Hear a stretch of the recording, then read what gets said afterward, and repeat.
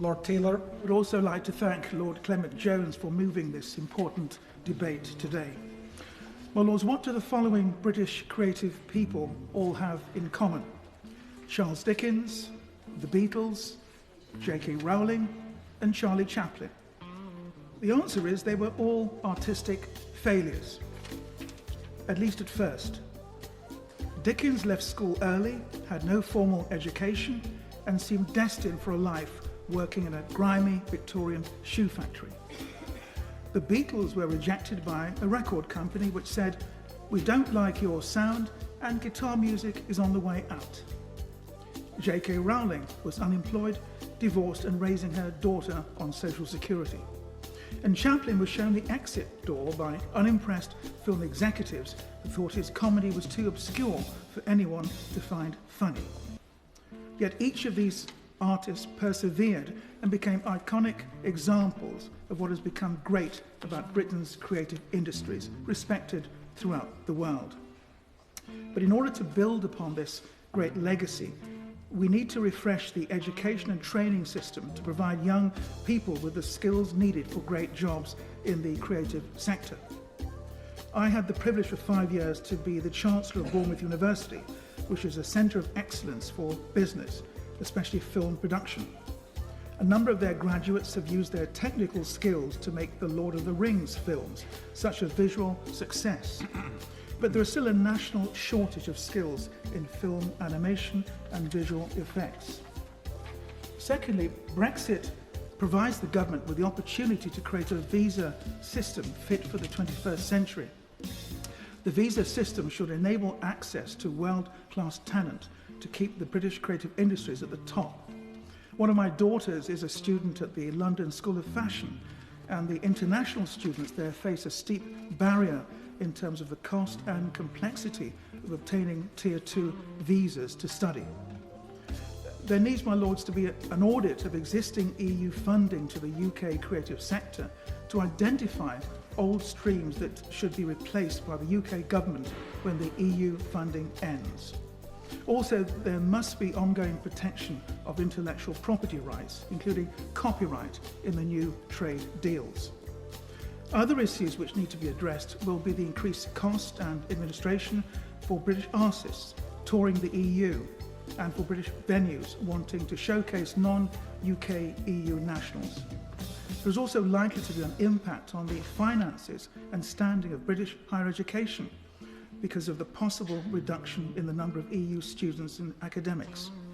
There are concerns too about the loss of rights protecting original designs, which could affect trade showcases like the London Fashion Week. There's also a question mark over whether the UK will proceed with hosting the European City of Culture in 2023.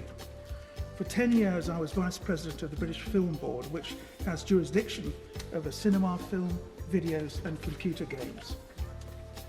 According to the British Film Institute, the film industry is worth over £6 billion per year.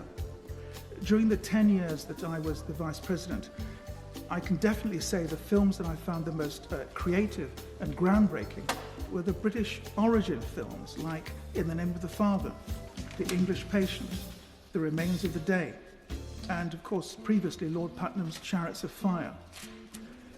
Then there are British actors who have conquered Hollywood, like Benedict Cumberbatch, Idris Elba and Anthony Hopkins. But there is concern, my Lords, moving forward about the potential loss of funding for the film industry from the EU's creative programme, Europe Programme. Now, the economic contribution of the UK music industry to the UK economy is about 4.1 billion. British artists from Adele, Coldplay to One Direction sell out arenas all over the world. I spent some very happy years as a presenter for BBC Radio 2, playing music, which is very much part of the fabric of daily life for millions of this station's listeners. I remember how delighted I was when I got my first big break there as a young presenter. I was given the 4 o'clock slot. All right, it turned out to be 4 a.m., not p.m., but it was a start, my Lords, and led eventually to more prominent slots in the afternoon and evening. And recently, I've been enjoying hosting music shows for a London radio station where they refer to me warmly as the Soul Baron. Again, it reminded me that the music industry has an important role to play in British business and civic life.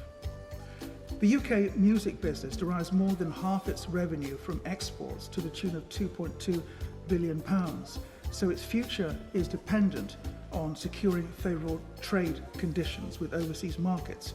So I'd like the government at least to think about this. There are 21 trade envoys for the UK government, but there are no trade envoys for America, India and China, huge markets. So perhaps the government could think about creating trade envoys for those very important markets.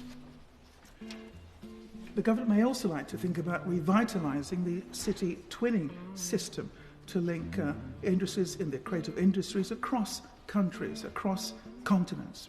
We need to think afresh because of the opportunities that Brexit gives us.